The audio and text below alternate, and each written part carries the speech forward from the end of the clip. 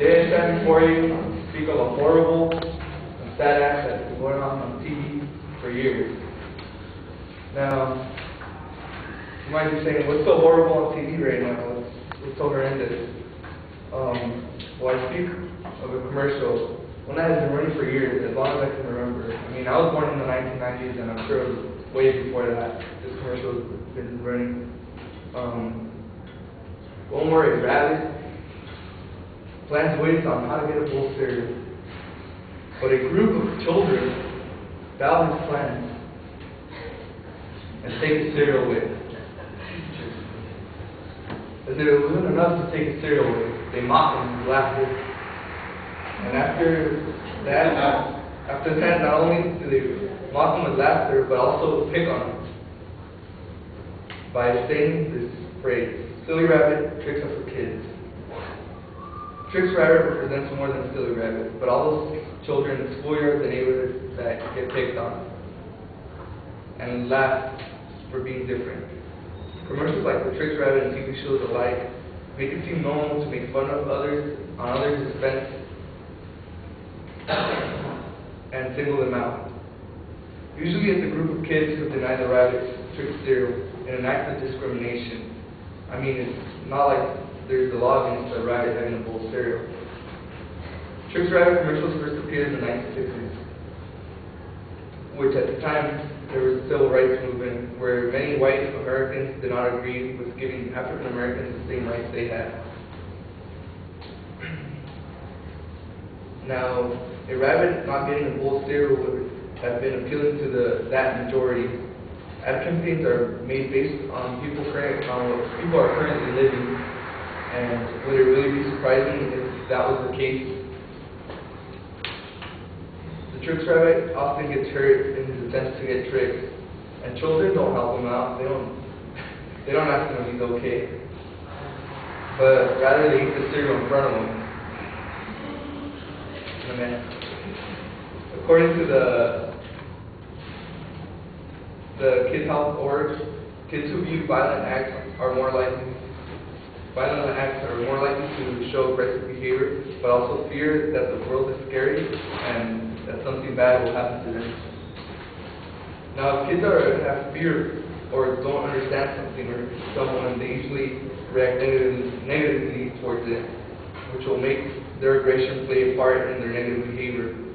Their aggression can come in many forms, from verbal abuse to even physical.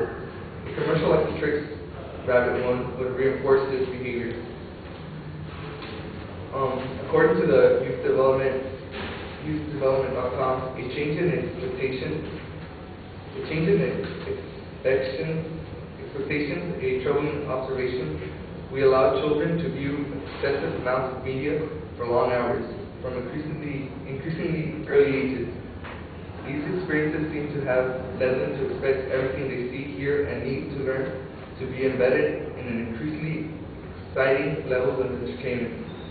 If kids want to educate themselves, they no longer look at books, they look at the TV or other forms of entertaining medium. Something that will catch their attention and entertainment. Children took information while watching TV, so it wouldn't be surprising if they indirectly take in negative information. Commercials are thrown at them constantly, so it's something they grow accustomed to. I mean, Silly Rabbit Tricks Are for Kids landed on top 100 TV line quotes. I mean, so it's been airing for long periods of time and started to become like a family phrase. A child sees and hears something over and over, begins to mimic it, and it's normal to him. Suddenly, singling someone for being different is normal. I mean, what this all comes to, I mean, I know there's a lot of bad programming out there and a lot of commercials like this. I mean, this is not the only one. So I wouldn't call stop to all these commercials, because I doubt these big companies would stop their ad campaigns that they've been running for years already. So, I mean, the biggest solution I have for this is, parents should just moderate the hours that kids spend in front of the TV set, and also show them good morals and how to act and tell them what's wrong from right, because the child's not going to know what's right. what's wrong for my ABCs are bouncing over and over on TV. So, for that.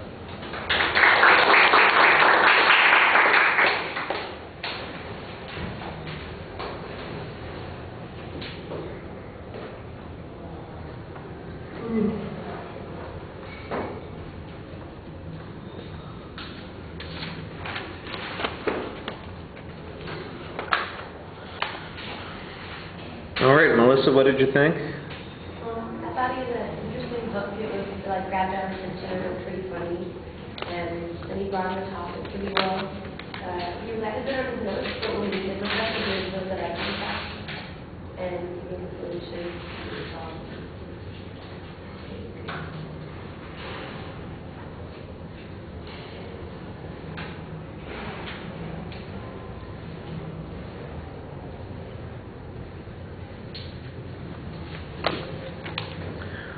All right, well, I think everybody appreciates the humor of the dramatic story being overemphasized and the interesting analogy that you draw to civil rights. That's kind of clever. You need to be a lot clearer, though, about what the claim is about. Sometimes it sounds like it's about overuse of the media. Sometimes it sounds like it's about bullying. Sometimes it sounds like it's,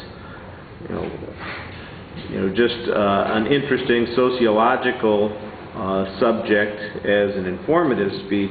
I'm not quite clear on what the goal ultimately was, what it is you're trying to convince us of, and so that needs to be sharper. There's not really a preview of the structure that's set up, and there's not distinct signposting. It goes from one piece of information to another. It's usually fairly seamless, but listeners, I think, would benefit from having a little bit more planning, and I think it would sound a little more coherent if you had some structure to it. You've got the one example that you use repeatedly, and it's an interesting example. It's maybe a metaphor for some of the things that you're talking about. But the support for that is a little limited. We got a couple of quotes about kids' attitudes, about fear issues, about our dependence on the media.